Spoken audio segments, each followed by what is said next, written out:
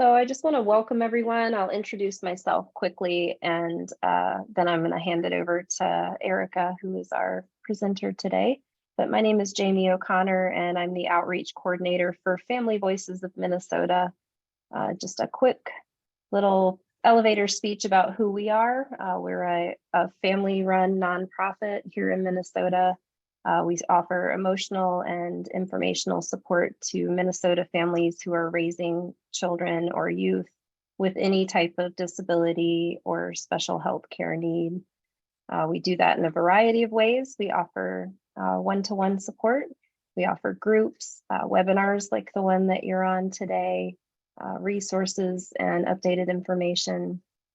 We are parents helping parents, and we're here to support families. So today we're really pleased to be reaching out to the disability field to try to grow some family leadership and also for other leaders in the disability field by welcoming Erika and Ari to give information about the Minnesota LEND program, what it's all about, and what the application process is. So with that, I will hand it over to Erika to introduce herself. Erika. Hi, thank you, Jamie, for that introduction, and thank you, Family Voices, for having us here to talk about LEND. I think it's one of those things that is kind of can get lost in the academic world, and so we want to share it with the community and organizations that are helping to improve the lives of people with disabilities. So I'm happy to be here sharing information about LEND with you. LEND is the Leadership Education in Neurodevelopmental Disabilities Program. All these acronyms, I'm going to try to not use acronyms so we can clarify what everything is. I'm Erika Lamboglia. I was a LEND fellow. The program is a fellowship, and I was a fellow in the program just last year, and this year I'm helping to coordinate it. I am the parent of a 16-year-old who has Down syndrome. And I have two other daughters who are 12 and 9. I live in Minneapolis. My husband is from Ecuador, so we're a bicultural, bilingual family. We are really enjoying the World Cup. A little bit too much, I would say. A lot of soccer watching, and my family enjoys playing soccer also. So that's a little bit about me. I'm also a social worker, so LEND fits nicely along with my profession. I've worked primarily in the child welfare field and in the education field. So that's a bit about me. Ari, would you like to introduce yourself? Yes, thank you, Family Voices, for having us. My name is Ariane Slaughter. Everybody calls me Ari, nickname given to me by my two oldest sisters when I was a little baby. I am a doctoral student at Concordia University, Wisconsin. So I'm trying to finish that up. And I am the mother of a 16-year-old boy, and he's on the spectrum. So lots of advocating for him. And I myself just have a wide range of experience in like birth to 3, special ed, and then I work with children up to 6th grade. Yeah, and that's a little bit about me. Lots of advocating for my son. And then I will just do an overview of the LEND program. If anybody has any questions or anything, you can feel free just to unmute and hop in if anything was confusing or if you have any questions. But LEND stands for Leadership Education in Neurodevelopmental Disabilities. So it's disabilities such as autism, ADHD, cognitive delays. Some rare disorders would fall into this category. So that's the type of disability focus that LEND entails. The mission is to develop the next generation of knowledgeable leaders in the field. It's a interdisciplinary leadership training program. And I think that that is an aspect of LEND, the interdisciplinary nature, that is very valuable. It's a bunch of disciplines coming together to improve the lives of people with disabilities and coming together, learning from each other, learning with each other. So I think that really kind of sets the fellowship apart. And then it's also that there's aspects of public policy advocacy that the fellows get trained on, and that is very valuable. Community fellows complete 320 hours, and that is within the 10-month time frame. So it's following the academic calendar at the university. So the community fellowship is open to leaders in the field, people who have an interest in improving the lives of people with disabilities. And so that's why we wanted family voices and the families and professionals that you work with and serve to find out about this program. So it's not only open to students at universities, it's also open to community members and self-advocates. It is funded by the U.S. Maternal and Child Health Bureau and housed at the Institute for Community Integration at the University of Minnesota. And it's also a national program. So there are other LEND programs nationwide, not only, but this is the program that's in Minnesota.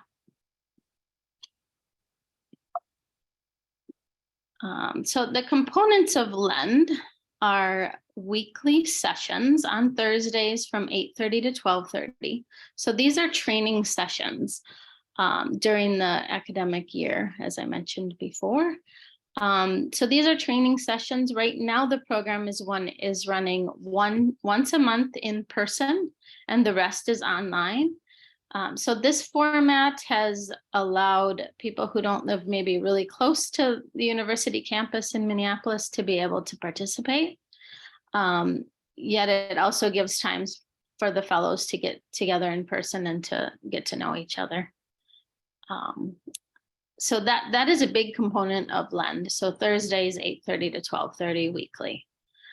There's also a 2-day orientation in late August. That's full 2 days. And that's kind of the kickoff of the programming. Then there's a leadership plan that the fellows develop, kind of their plan for learning, how they're expecting their year to progress with LEND. They also will do a project, and the project can be it will be presented to the fellows at the beginning in August and September. And it's about 10 to 15 projects that they can choose from. They pick one project that interests them, and then along with faculty, they determined what would be the best fit. And they work on a project that's usually in process already at the community or Center for Community Integration. And so last year I did a project with 4-H, which is an out-of-school club, to make it more inclusive of kids with disabilities, to develop programming that would be inclusive for everyone. So I worked with the 4-H team to make that more accessible. So that was an example of a project. Another opportunity that the fellows have is to do clinical site visits, observations. Some of the clinics we work with are the genetic counseling. We'll work with occupational therapy, speech, physical therapy clinics. There's a partnership with Minneapolis Public Schools, early intervention services to observe. What other? Craniofacial clinic is a new one we have this year. So it's to observe how clinic visits and how other disciplines interact with people within the disability community. There are online and experiential supplemental learning opportunities and conferences. There's an opportunity to present at Hill Day or Disability Day at the Capitol. So this fall, the fellows were able to present online to lawmakers and some were actually able to go to Washington, D.C. in person and present and attend a conference. So that's a great opportunity to develop those advocacy skills as we work to improve the lives of people with disabilities. And that is also, there's a lot of prep work and education surrounding how to do that. So that's another aspect of LEND that's very valuable and helps to really change lives. There's also opportunities to learn from self-advocates and families. For me, as a parent of a child with disabilities, this opportunity to learn from I find myself oftentimes surrounded by other parents and family members of a person with a disability. This was a great opportunity to be surrounded by self-advocates who I don't, personally hear from, because I'm listening to the parents and family members. So that to me, as a parent, was a great opportunity to learn from self-advocates and also to hear the latest research that is happening, and kind of that evidence-based information was valuable for me as a parent coming into the program.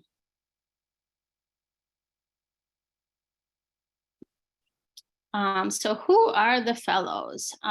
They can be University of Minnesota grad students, pre-doctorate and doctorate students, like RE students at other universities also.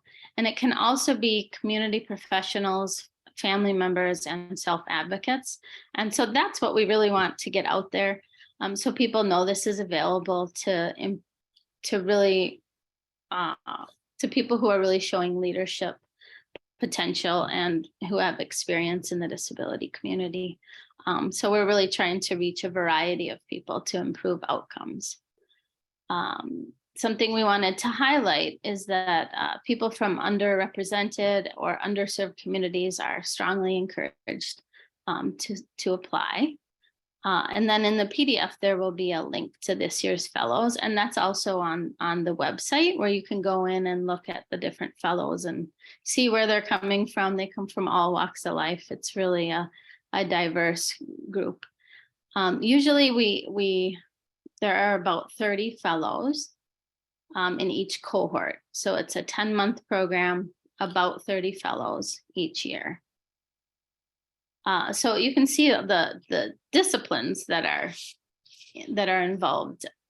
So audiology, dentistry, genetic counseling, pharmacy, nutrition, public health, family advocacy, social work, education. So it really is a variety coming together to learn together and learn from each other.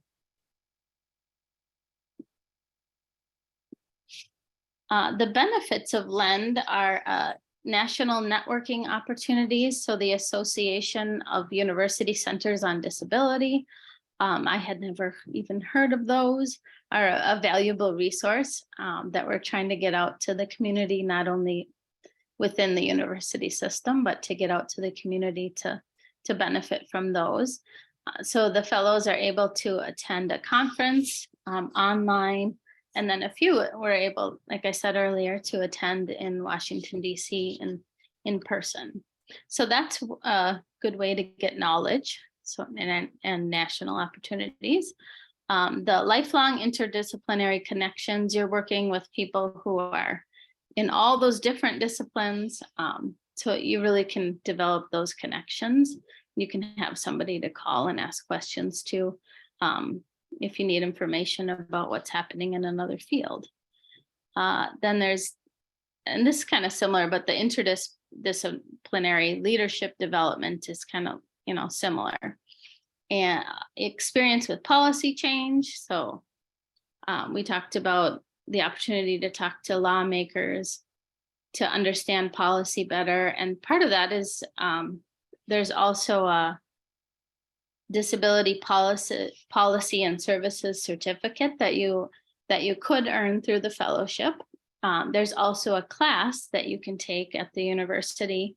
You can sit in a class that is the disability policy and services course. So that is a great way to get a lot of knowledge. I did that last year. So that's also another opportunity. And there's also a stipend that comes along with it. And the community fellow stipend is roughly $4,000. So that's available also for this. So this is right now, the applications are open. So they opened October 15th. It'll close March 1st, but the early admission deadline is January 6th. The benefit of that would be that you could know early if you're going to do it and prepare. You'd have those late August dates saved and then have your Thursday mornings open. So that's the benefit of that. Everything is on the website for how to apply. The application includes your resume would be downloaded to the website, and then you'd need 2 reference letters and a letter of interest. And the questions are on the website that you would be answering for that.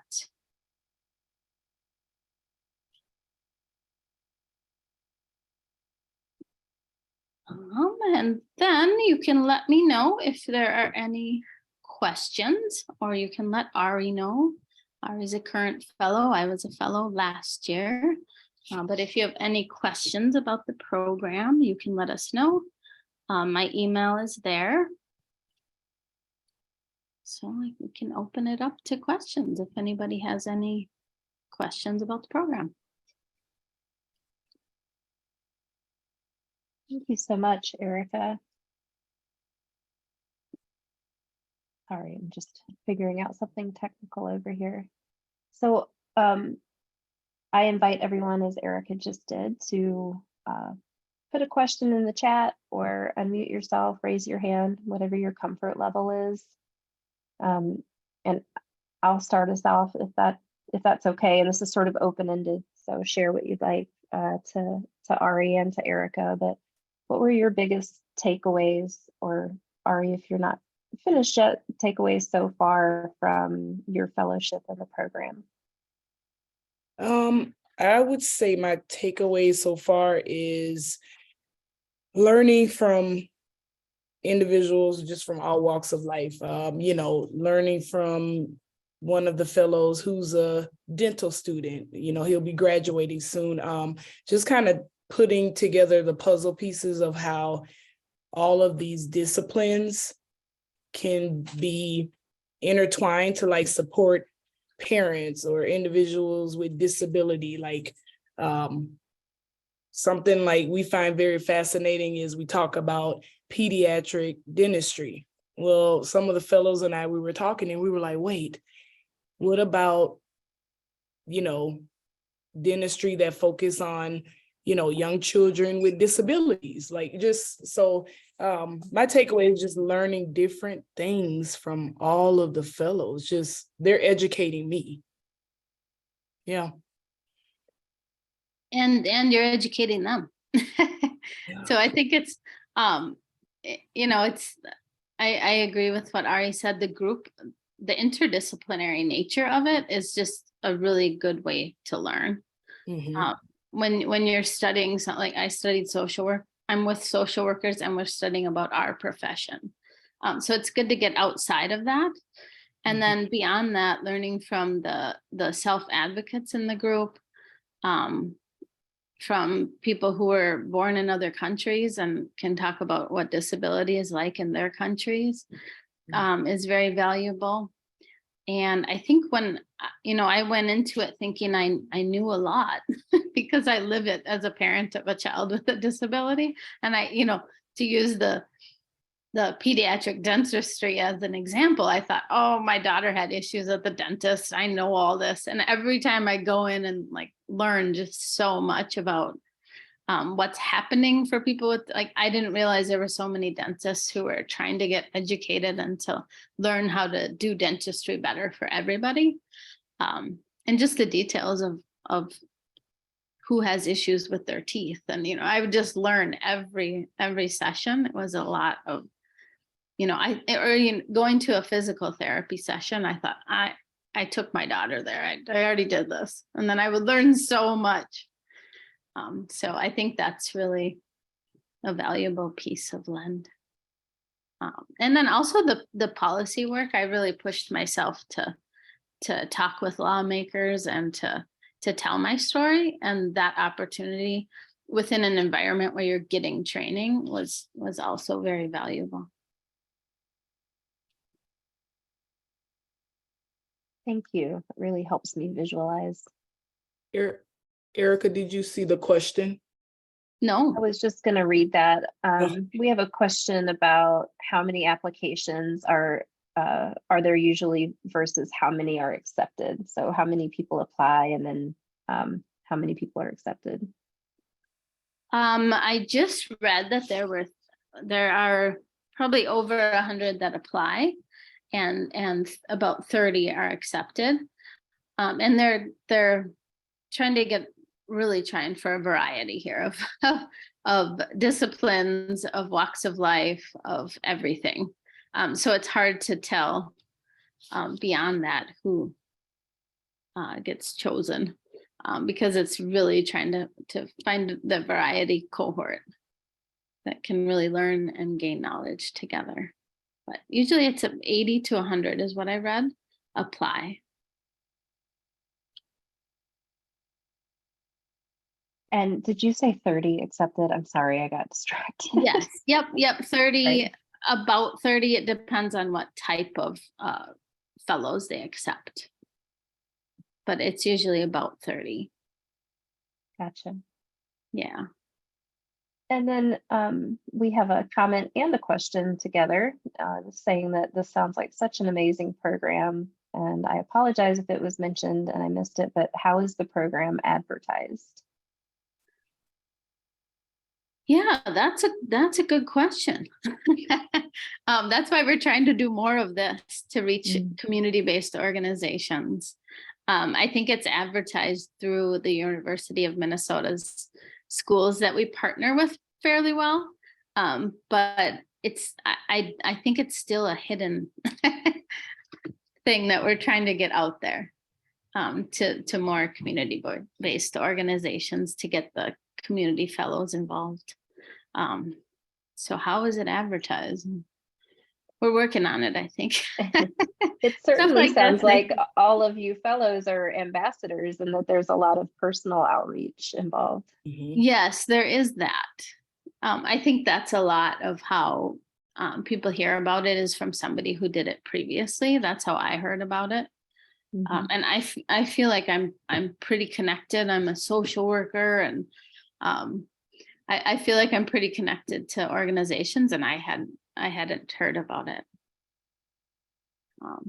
Yeah, I also hadn't heard about the Center for Community Integration either, which is also a valuable research base place that does research, a center within the university that's also a good resource. So Carolyn, if you didn't see this, was prompting you to talk about the Institute for Community Integration, if you want to take a couple of minutes to talk about that. I did not see that.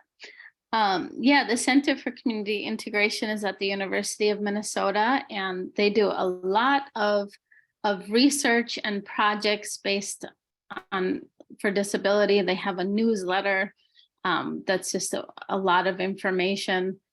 They have a self-advocacy group. They have a lot. And I have a lot to learn about what the Center for Community Integration does, and LEND is housed within there. Yeah, so they do a lot. They're working on one of their grants is on early identification of autism is a big project they have going right now. Yeah, so that's another thing that we would like to promote and talk more about, just to get it out there in the community. So I'll share that we also have a comment that one of the participants learned about this opportunity from Partners in Policymaking, and it's a great opportunity. And you were talking about having access and relationships and learning from self-advocates, and many of us who have gone through the Partners in Policy Making program really found that to be one of the most valuable pieces as well. So I'm glad to hear that those connections are being made, and I'm also not terribly surprised. Yeah, and the Partners in Policy Making class is really similar to the Disability Services class that's available through the fellowship. Some of the information is kind of really similar. So how did you find out about it, Ari? So I'm a former Minneapolis public schools teacher, and one of the new teachers to the district, she joined my team, and I'm like, okay. And then we just start talking about school and our backgrounds. And she's like, oh, I have a friend named Sally, and she's connected to Lynn. And I was like, okay. And she's like, you should apply. And I was like, okay. I had no idea. And it kind of segues into, is it Candy's Yep. question? Does this feel like a lot when you are also raising a child with extra needs, or is it doable? Like, when I said yes, I was like, okay. And then later I'm like, what have I done? But it's very doable because I literally have a supportive group of bosses where they're like, hey, we'll give you every Thursday off. I was like, what? Until you finish. So I believe it's doable because there's so much wealth that I'm getting from the fellows as a mom of a teenager with special needs. Like, some of the fellows, they've gone through a lot with, their family members or whatever, and they're sharing resources with me. Like, this is a good way to share resources with each other and find support. Like, I have support in this group, and I'm like, wow, I didn't know I was even gonna gain some extra family members, but I have. So yeah, Candy, it's doable. Yes.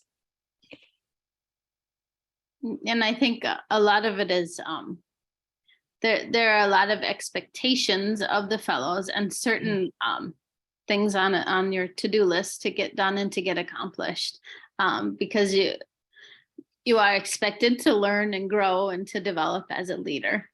But I think the team you're able to communicate and get help when you need it. We also have somebody on the team who works to make the fellowship accessible for people who have disabilities. So we kind of work together to make sure everybody's needs are met within the program. And it is at the beginning, I couldn't even keep all the components straight. Now I'm glad there are all these components, but at the beginning it feels like, weekly visits and clinic visits, and it seems like a lot, but I see why there's a lot, so we can grow and learn. They're also, for the Thursday sessions, they're also the fellows also do some pre-readings and get prepared so that they have information going into the session. And then there's a discussion board also, so that they're interacting with each other on the discussion board, and kind of getting their knowledge and getting a discussion going before they show up on Thursday to learn even more. So that's another component that I hadn't mentioned. Erika, is there and Ari as well, is there information during the application process, really practical information about the number of hours that they estimate you'll be giving to this? So I saw, the details about the Thursday sessions, but then do they sort of lay out what hours most fellows end up dedicating to the study? It's about for community fellows, it's about 320 hours within the 10-month time frame. And it really follows the school, the academic calendar at the university. So September through December, it's pretty every Thursday. Then there's a break in December. So if somebody is like myself, I have kids who are in school. It works pretty well for me because it's when they're in school. So it gets a little quieter in December, and then it picks up again January through May. And then the project work that the fellows are doing kind of continues through the 10 months, and then in December, there aren't Thursday sessions. So that's a good time to catch up on, getting to the clinic visits and that kind of thing. And the clinic visits are also, there are telehealth options too. So that, and then the the other hours that, I'm so sorry. Sorry, go ahead. I was going to ask, the 320 hours includes the prep work and the study and all of that as well. Yep, it Thank you. includes the 2 days of orientation. It includes your prep work for those Thursday sessions.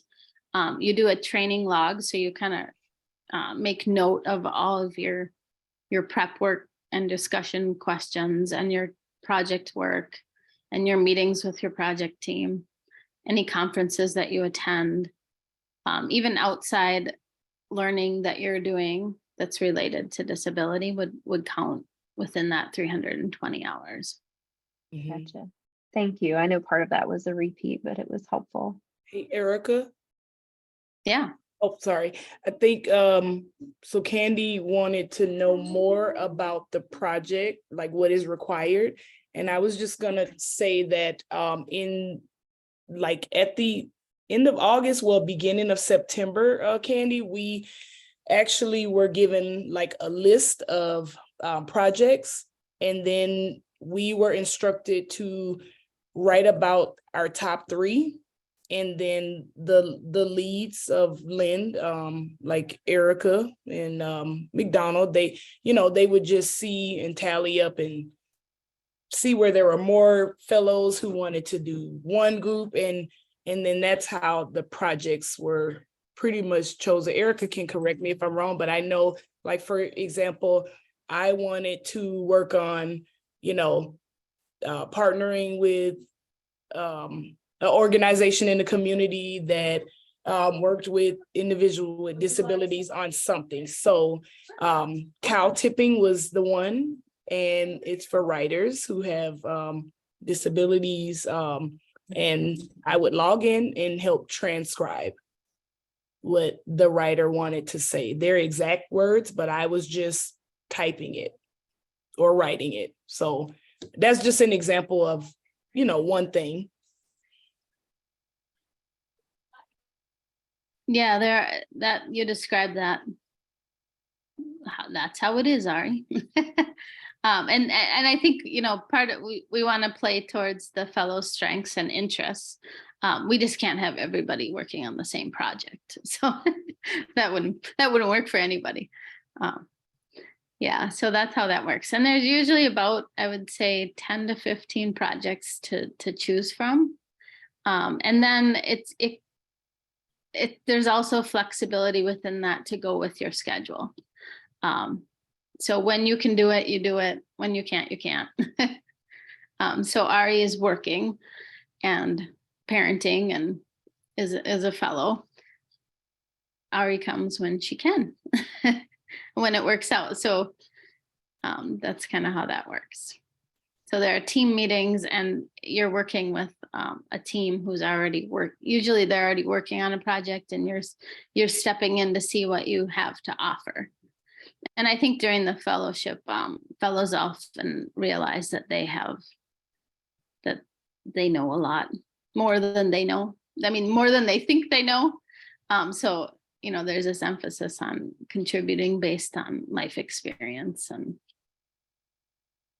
so that's how the projects work.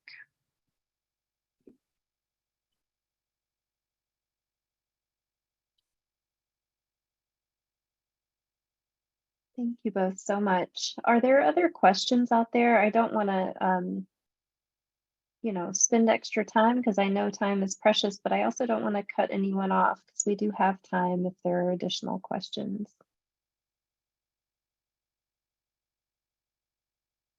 And thank you, Ari, for helping me out with the chat. I hopefully have not missed anything there.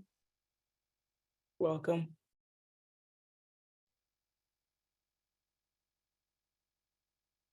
Great. So, oh, hold on. Ari has put her information in the chat, and Erika's contact information will go out as well with these PDF slides. And if you didn't see this in the chat, just a reminder that this is recorded. So we'll send out a link to the recording, which you can rewatch if you missed part of it or share with others to share information about the program. I'll also attach to that email a PDF of the slides that Erika put together for this. As I mentioned, share their contact information at the same time. Okay, and if there are any questions, if somebody has any other questions that they think of later, feel free to email us. And we can help get those answered. And I'm also who you contact if you have questions about the application process. So. Perfect. But exploring our website is kind of a good way to learn more. It's kind of fun reading the bios of all the fellows. And like Ari said, they come from all walks of life, and it's really an interesting, diverse group. Love that. All right, well, we will stay in touch. Thank you again, Erika and Ari. This was really great. Yeah, thank you. Thanks for having us. We're glad to get the word out. Anybody who's here can also share it if you think, oh, so-and-so might be interested or might need to know about this. Go ahead and share. Awesome. Yep.